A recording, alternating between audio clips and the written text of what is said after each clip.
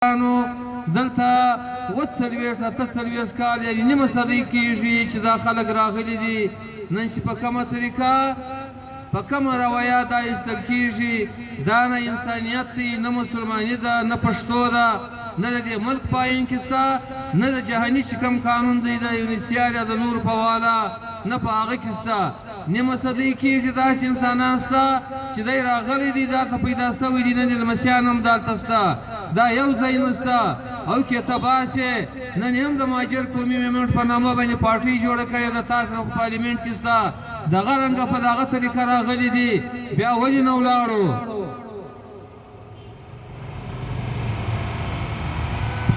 دا بیا ولې نه باسې؟ دلته په ټوله جنوبي پښتونخوا کې، خاص کار بیا په پښتونخوا وطن کې، دلته د ډومیسایل په نامه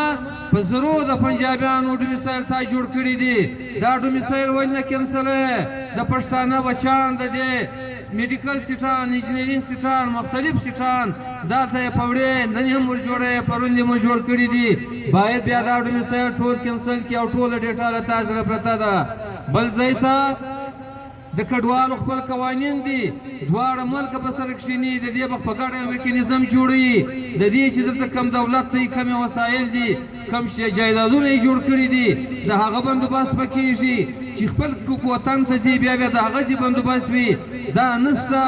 دا رنګه یې په موټران کې سپری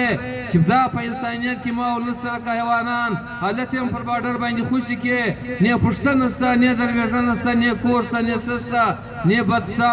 دغه رنګه عزیزانو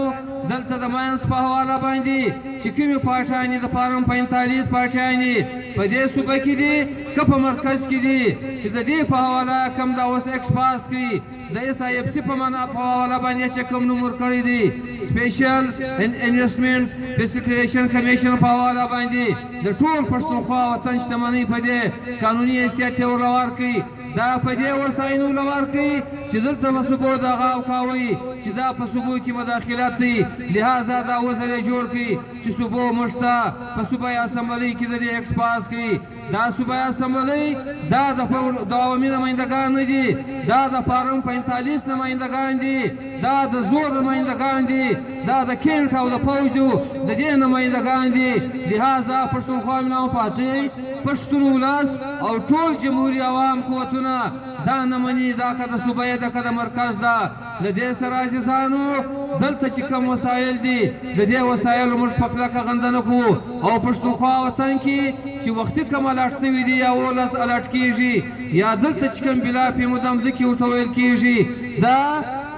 کله عبدالله کې په کسد رامانځی کې په شین په اجرم کې دا راځي د کوټې بلوڅان نور یې لاټوي، په زرو په لکو یې کړو مځکې دي، دغه رنګه په شین کې چې د ساحوال او پنجابۍ یې لاټوي، دا رنګه په ټول پښتونخوا وطن کې، په جنوبي پښتونخوا کې او په خیبر پښتونخوا کې پښتونخوا ملي پارټۍ او پښتون ولس دا خپل وسایل یې یو چا ته نه ورکوي. او بیا راځي تېره ورځ په اسلام آباد کې انټرنیشنل کانفرنس په دې حواله کېږي، د دې ملک فارم 45 وزیر اعظم او چیف آف ایڈمنسټریشن سره دا بیان کوي چې دا وسایل دا چې په کار راوستل چې دا معدنیات زموږ د ملک ټولې قرضې به ادا کېږي. تا چې قرضه د جهانه راوړې ده، تا حساب دا پښتونخوا وطن پښتون ولس له تا غواړي، تا د دې سوګار کړي دي. او وزیر اعظم صاحب دا خبره کوي چې د دې خام مال کارخانې به هم دلته نه جوړېږي، چې چیرې دا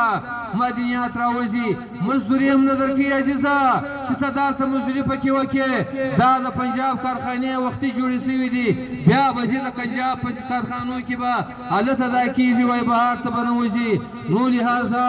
پښتونخوا ملي پارټۍ د دې مخالفت پرون هم کړی دی، له خانشین سره واخه بیا تر ننه پورې نن یې هم کوي، سبا به هم کوي، او د خپل وطن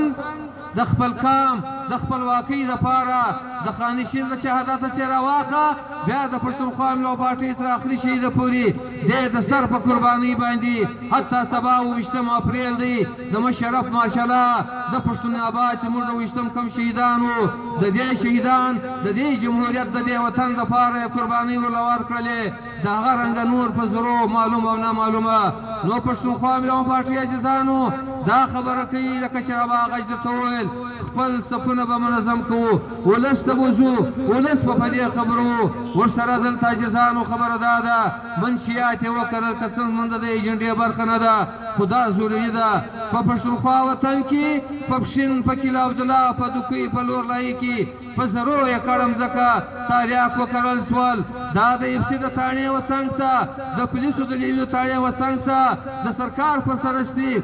دا فارم 47 ته نام نهاده په حواله باندې په اربا روپۍ پر یوه برمه باندې 15 لک روپۍ ټولې کړلې او دا وطن زموږ د ټول په منشیاتو اخته کوي دا تاریخ په پنجاب کې هم کېږي ریسرچ شوی دی په پنجاب کې ولې نه کوې خو حالت سکول خپل ځوان نه تباه کوې په نور شي خو دې موږ ختم کړو یوازې دا چې ته راځې بله خبره عزیزانو دلته د کوټې د انتظامیه په دې نامه چې زموږ کوم د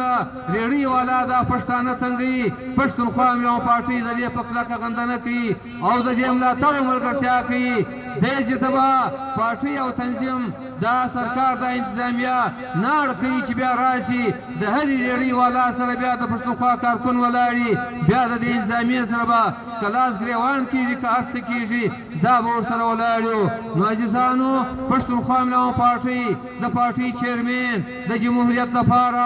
د دې کام د وطن لپاره پر دې شپږ اویا کاله باندې نن هم د کوره په میاشتو مسافر دی زموږ دی په باور زموږ دی په زړه باندې نو موږ دی به دا وس او توان کوو چې د دې خپلې سپین ږیري رهبر چې دا وخت د دنیا پر سطح باندې منل سوی دي خلک یې مني د دې چې کوم باور په خپل پارټۍ پر ادارو ده وس او توان به کوو چې د خپل وس توان سره زیات خپل وس کار وکړو یو بیا ستاسو د ټول